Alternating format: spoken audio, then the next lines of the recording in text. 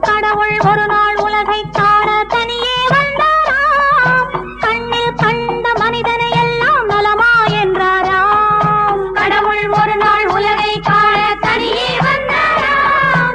கண்ணில் கண்ட மனிதனை எல்லாம் நலமா என்றாராம். ஒரு மனிதன் வாழ்வை இனிமை என்றான். ஒரு மனிதன் அதுவே கொடுமை என்றான். படைத்தவனோ உடனே சிரித்து விட்டான்.